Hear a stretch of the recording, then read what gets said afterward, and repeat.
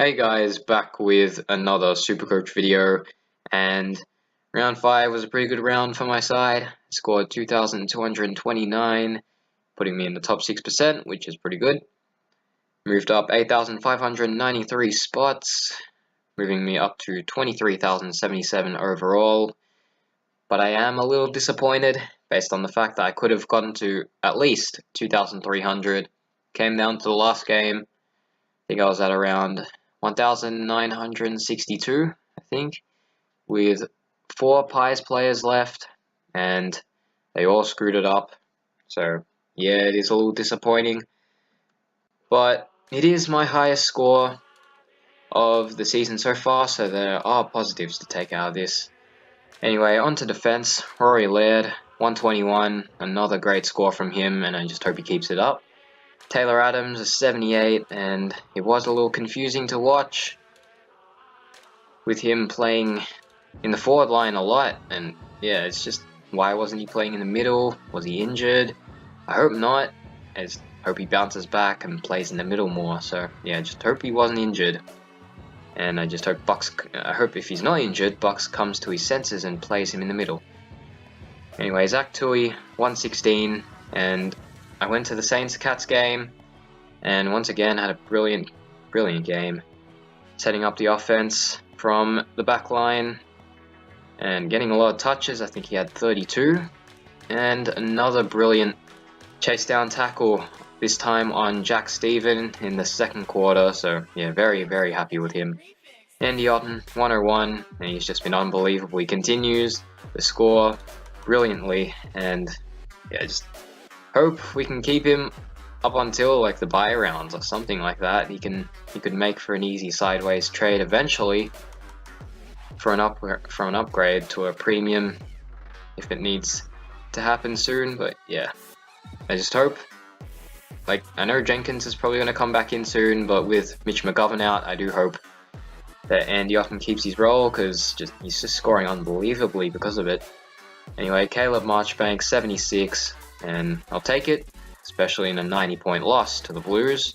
He was at around 50-51 at halftime, so it is a little disappointing that he dropped off in the second half, but yeah, like I said, in a 90-point loss, you'll take it.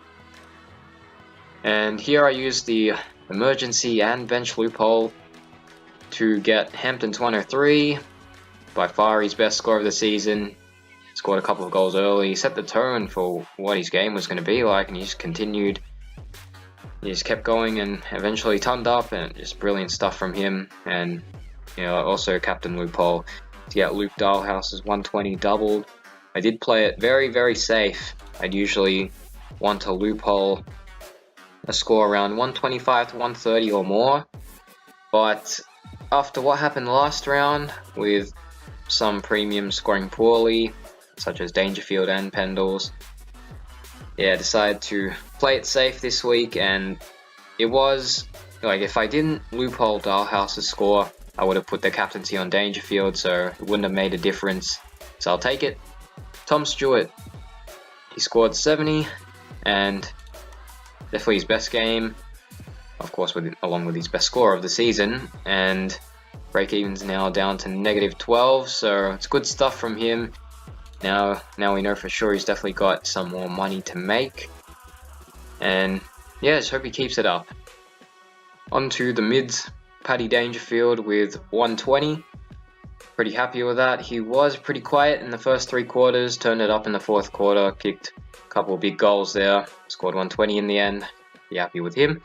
Joel Selwood, oh man, 154. What else can you say about him? Geez, 43 touches, 29 in the second half. I think around half of his disposals were, possessions were contested, and he was just unbelievable. Drew his fair share of free kicks and boos as well, but you know, what can you do about that? Good as a Cats fan, and good because he was in my side, of course. But just yeah, unbelievable stuff from the skipper.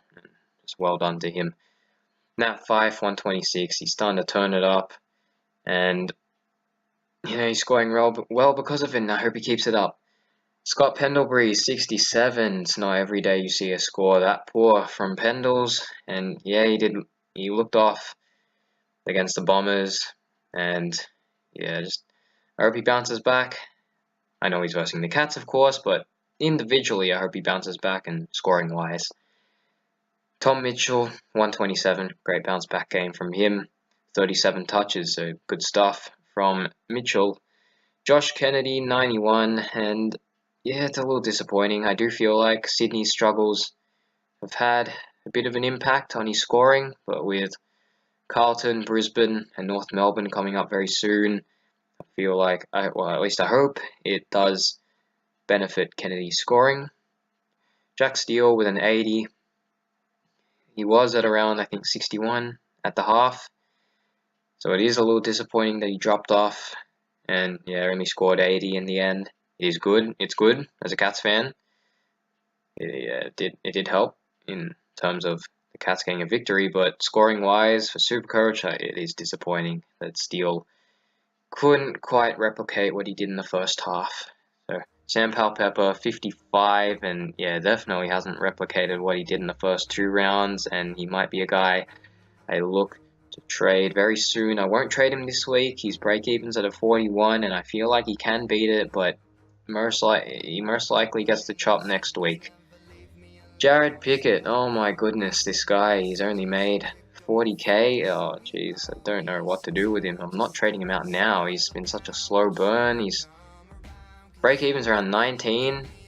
Like, there might even be doubt that, there might be a little doubt that if he actually beats that, but jeez, he makes a few mistakes that really cost his scoring. There was this one play against Port where he was running along the boundary line. He was going to set up a good offensive chance for the Blues, and then he runs too far. Oh jeez, like he's shown flashes, he's shown signs that he'll play a decent game, but jeez, he just makes some mistakes that really cost him. So I just hope there's that one game that comes up where he plays at least a decent game. Onto the rucks. Oh, well, I'll finish off with the last couple of bench players here. Mountford, I don't really have much to say. I don't know how he's going in the VFL, and there hasn't been much news that he's close to being named. So we'll leave it at that. Jake Barrett, though, he's played really good in the NEFL, and I hope he gets named. He deserves a call up. So yeah, hopefully it's this week. We'll see in 2 hours. Onto the rucks. Toby Nankervis, 127, just unbelievable stuff, and he's looking more and more like the keeper I hope he's going to be. Like, I'm still worried that he might drop off eventually, but right now it doesn't look like it. He's looking more and more like a keeper, so I just hope he keeps it up. Brody Grundy, 71. In wet conditions, it would have been pretty difficult for a big man to get into the game. Well, it wasn't difficult for Danaher, of course, winning the Anzac medal, but jeez, Grundy, like all my Pies players, just couldn't really get into the game. He did get a couple kicks and marks here and there, had around 35 hitouts. So I don't know how many to advantage, but yeah, just couldn't quite get into the game. Hope he does bounce back. Scoring-wise, of course, with the Pies versus the Cats once again. Scoring-wise, I hope he bounces back, but just don't want him to influence the Pies into a win. Anyway, Dalhouse onto the forward line. Dalhouse, 120, and yeah, like I said earlier, getting his vice-captain score to 240. So yeah, he's turned it up the last couple of weeks. Hope he keeps it up, along with Jack McRae, 121, his best score of the season. Just unbelievable stuff from them both. And McRae is just such an efficient user of the footy. It's really, really good player to have. And yeah, hope both of them keep it up. Will Hoskin-Elliott, oh man, his break-even's at around 69. He only scored 51. Well, his break-even 69 now. Last round, he only scored 51, and well, there was a long stretch where the footy would just not go near him, and yeah, had a few moments in the second quarter, but then he got run down by Tipping Woody in the fourth. Oh jeez, it wasn't his game. Definitely not his game in the wet conditions for a guy who likes to get uncontested marks and all that. And it's just disappointing stuff, but I feel like he's the type of player the Cats would let on the loose, and it would get him to score well. But I don't know. I feel like I should pull the trigger on him. I have my doubts, on him scoring at least 69, so we'll see. I probably will pull the trigger soon. Jared Roughhead, and it might be this video as well, in regards to pulling the trigger on Hoskin Elliott. Anyway, Jared Roughhead, I'm going to pull the trigger on him for sure. 67, kicked 3 goals, which is good stuff from him, but yeah, it is not scoring enough. He dropped in price, and his break-even's over 100, and his closest score to that was a 99 in an 86-point flogging by the Suns. So yeah, I'm going to pull the trigger on him.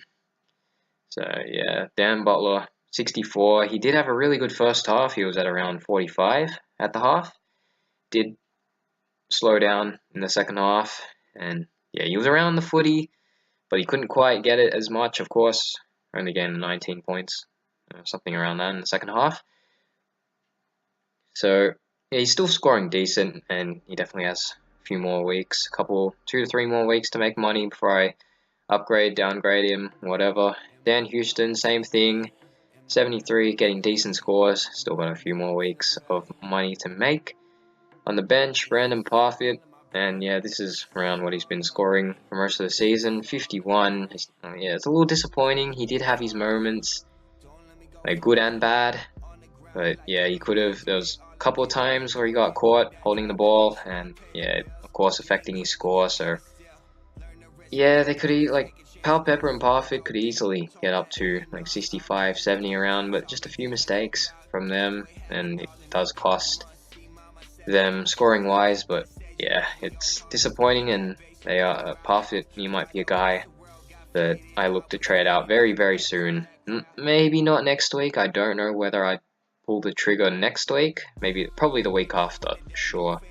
But yeah, for now I'm not quite sure as of yet. But in regards to trading now, let's go with it. Yeah, I'm gonna pull the trigger on Hoskin Elliott and Roughhead.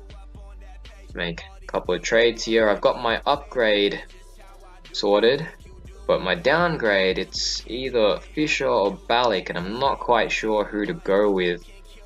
And for now, I'm thinking that I should go with what's his name? Fisher. There you go. And my upgrade target, I had him in round 1. You'd probably have an idea of who it is if you saw my round 1 team. And that man is Paddy Cripps. He's down at 521,700, so let's just sort this out by price. We'll get to him eventually. There he is, Patrick Cripps. Almost bottomed out. His break-even's at around 119. So yeah, I feel like he's very close being at his lowest price, and yeah, and I feel like he's slowly getting some of his good form back. He had 37 touches in a losing side. When you lose by 90 points and get 37 touches, I guess I'd say that's a pretty good sign. So here it is. Now it's going to give me quite a lot of cash remaining, which is very handy for future trades. Only 22 trades left. Yeah, that's a little worrying, but I'm not too fussed. It's better than 20. I'll look at it that way. So yeah, 158,600 remaining in the bank, so that's a very good sign. So let's sort out the team for this round. It is, after all, it is round 16 video, so you kind of got to show the team. So yeah, let's put Hampton. Let's see the fixture. We'll give Danger the captaincy. I trust him enough. And oh man, there's a lot of vice captain options I can choose from here, but I might. Oh, you got Tom Mitchell, Josh Kennedy. Oh, you could even go someone in defense even. No, actually no, we couldn't. Dalhouse McRae, one of them, but I'm gonna go left field here. Might put him in the deep end straight away and give the vice captaincy to Paddy Cripps right there. So the only downside to this happening, like yeah, my mid, I'm really liking the way my mids look now. 7 premium mids, but it does make my forward, does make my forward line look a little empty with these 3 rookies here. But I'm not too fussed. I have lost my mid forward links here. So next week it would probably have to be Pepper to a forward, so I do have that dual position link. But yeah, that's about it. This is my round 6 team. Let's see, what else can I do here? Who plays first, Carlton or Port? It depends if Barrett gets named. Who would do better out of Pepper or Barrett? I'll keep Pepper on the field, give Zach Fisher the emergency, so if he does play well, I will sub in Mountford onto the field. And in the forward line, yeah, that's the only option I have with Pickett there. But yeah, one more thing I guess I can check. This is going to be a really long video, longer than usual. But yeah, let's take a look at leagues. Won't hurt to do that. Let's go to round 5. But yeah, this round I take on Anthony. Well, he doesn't take the SuperCoach too seriously, but he does have a solid team. Anyway, round 5, I beat Arnoff by 117, so pretty comfortable victory there. And yeah, these were the uniques here. Yeah, the Collingwood players here just stuffed it up. But Tui and Selwood, major X factor into why I got the win here. Mitchell and McRae as well. Anyway, on to Shorty's SuperCoach League, and of course got my first win there. Four league wins out of 4. I'm very happy. Versing Richie's team, Kent's Everywhere. Pretty funny name there, but round 5, I beat Ian with his team, Pat's Army. I beat this team here. And let's see, where the X factor here, let's see. Yeah, all of these scores right here, definitely major influence into why I got this win. My Cats players, Crows players, and Nankervis, just, yeah, that was big reason why.